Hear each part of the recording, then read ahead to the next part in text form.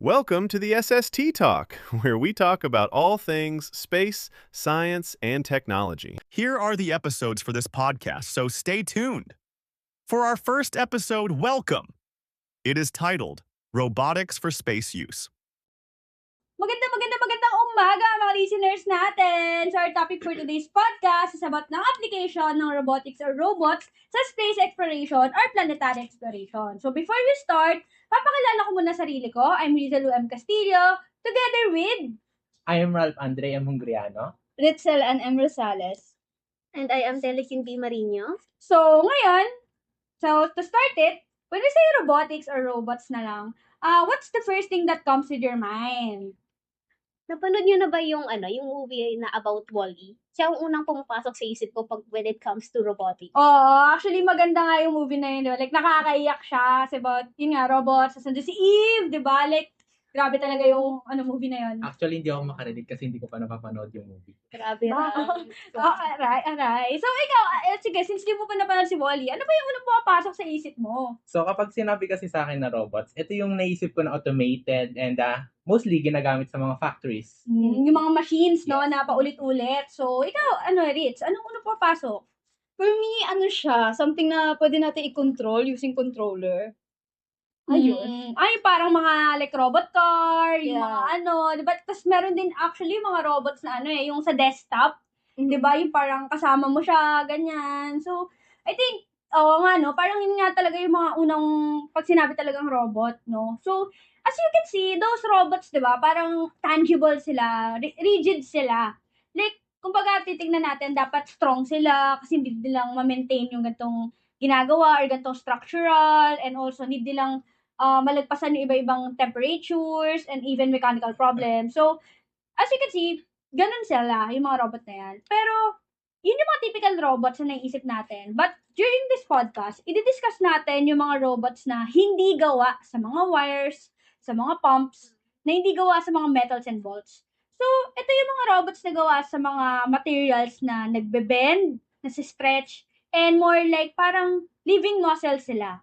So, yun. So, for today, yun yung pag-uusapan natin. And now, we're diving into the world of soft robotics. Kung saan yung mga robots, dinesign sila para maging flexible, adaptive, and surprisingly, para mas maging lifelike sila. So, yung discussion natin is based dun sa recent research paper na pinublish noong 2021 nila Chelsea Shan-Nang, Guo Shanlung, na ang title ay Untethered Soft Robots for Future Planetary Explorations. Actually, ganun talaga yung tone niyan kasi pa-question mark yung yung title. So, kayo, ano ba unang pumapasok sa isip niyo pag sinabi natin soft robots? So, from the word soft robot, so meaning, ito ba yung parang malambot and flexible, kagaya na lamang ng jellyfish, mga worms, or octopus? As I've said earlier, yes, similar siya sa mga ganon. And unlike traditional robots na like Wall-E, na traditional, na metal, ito, ayun nga, parang nasa-stretch siya, nababend siya, and parang siyang living organism. So, and you're right, na yung mga robots na yon ay parang worms and octopus. Wow, so grabe ang fascinating naman ito. Parang laki ng potential niya as a robot. And the really cool part here is that most of them are moving towards being untethered. Meaning, hindi nila kailangan ng wires, ng tubes, and even ng bulky machines para makagalaw lang sila. Pero why is being untethered important? Lalo na kung sa planetary exploration. So, for me, being untethered is important kasi nga, mas hindi nalilimit yung movement nila and mas nakaka-move freely sila. So, dahil doon, less hassle doon sa mga equipments and mas na-explore nila yung mga unknown terrains and mas mabilis sila makaka-adapt sa mga terrains na super complex, kagaya na lamang sa mga ibang planets like Mars. Pero curious lang ako paano yung mga soft robot gumalaw? Like, kung wala sila ng motor and pump. So, curious talaga kung paano sila gumalaw. They use different soft actuators. Basically, yun yung parang muscles nila. Yung movement nila naka-base siya sa iba't ibang bagay, katulad ng magnetic fields. Yung iba pwede heat, electricity, and even phase-changing materials.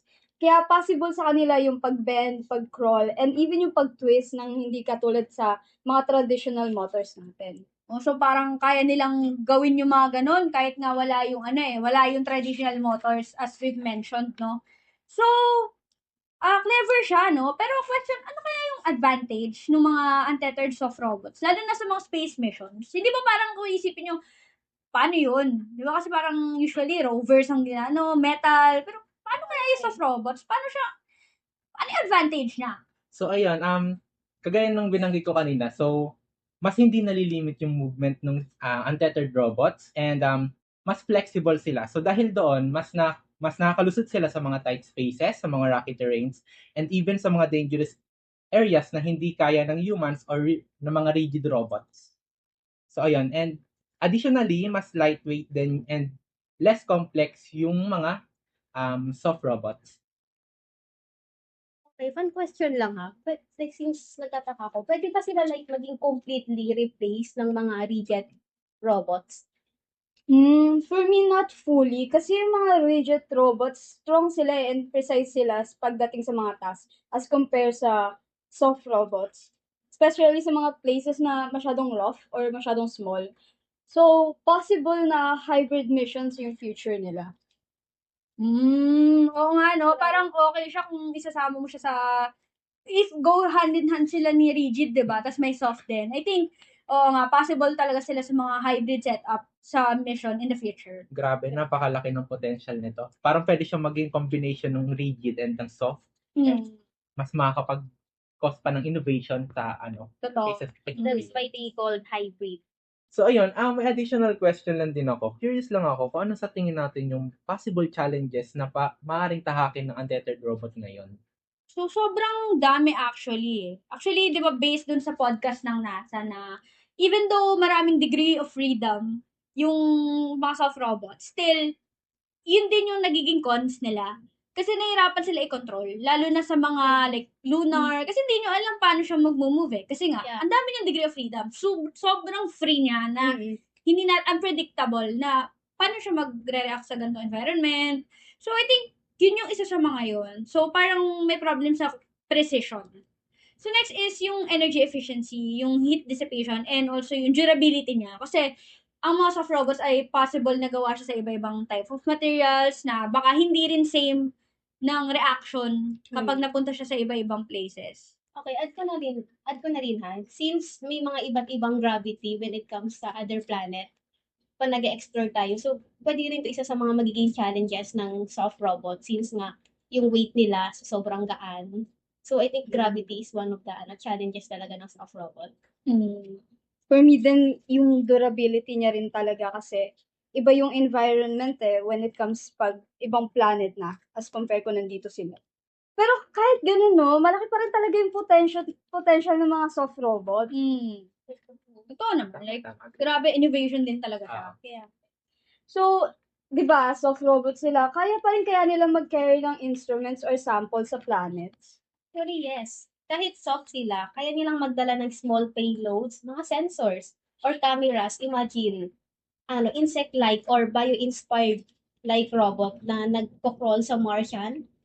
Kung saang part man ng Martian yan, like cave or rocky, para mag-collect lang ng data na kahit tayo mga humans, hindi tayo makapunta doon. It's a very big, na rin, like achievements. So, bio-inspired robots. Oo nga, no? Parang isipin mo, ito yung mga robots na inspired by nature. Yes, actually. Yung soft robot itself, ang pinaka-main goal nila is to mimic talaga yung design ng mga worms and snakes and other living organisms. Dahil nga, ayun, grabe napaka-flexible and adaptable ng mga living organisms na to. And dahil doon, parang ina-apply natin siya sa soft robotics din. So, ang galing na yung engineering side, parang inadapt nila yung nature, yung pagiging nature-inspired talaga para makagawa ng mga ganitong type of technology and even yung mga robots natin. So, nakaka-believe yung mga scientists, yung mga engineers na gumawa nun. Kasi talagang they've got the opportunity and also inspiration from the biology and even nature. Yes, sobrang fascinating kung paano nag-i-interconnect tong mga fields na to. And ayun, mas nagkakaroon ng innovation dahil doon. So, since na-discuss naman na natin yung important part ng paper na to, gusto ko na din itanong, ano yung mga biggest takeaway natin sa paper? Ay, hindi. Dapat lahat tayo magbigay talaga ng biggest takeaway natin Grabe. dito. Kasi, grabe. Oo. Ang ganda ng paper. Review paper siya eh. Like, ang dami niyang tinakal doon. So, may na mag-start. Sige. For me, yung biggest takeaway ko is that soft robots shows the future of robotics. No? Kasi kung iisipin natin, parang kung ini-imagine natin, robots, rigid metal, humanoid, ganyan. So, parang naisip natin, ito na yung future ng robotics. Pero, yun nga, until eto, lumabas yung soft robots na hindi naman kailangan maging rigid. Flexible siya. So, yun yung mga game changers na part ng soft robots. Especially kung i-adapt natin siya or i-deploy natin siya sa mga extreme, unknown, and even like challenging environments na possible mapag-deployan niya. Ayun, so grabe naman, may pabigla ang biggest takeaway naman dito sa paper na to, sa podcast. Hindi ako prepared dito. So ayun, for me naman, ang biggest takeaway ko naman sa akin ay yung mga untethered, yung pagkakaroon ng untethered na ano. So meaning kasi dito, kapag untethered ang isang robot, meaning mas makakamove sila independently and freely. So ayun yung mga walang wires or less wires and mga pumps. So isa to sa mga big advantages actually na ma-offer sa space exploration, especially sa mga pag-discover ng mga planetary missions and pag-explore ng mga complex terrain sa mga different planets, especially sa Mars and Moon. Totoo naman. Nakaka-amaze din kasi talaga. Pero, soft robots, hindi pa rin totally nila mare-replace ang mga rigid machines. Pero they work perfectly, towards each other, ganun.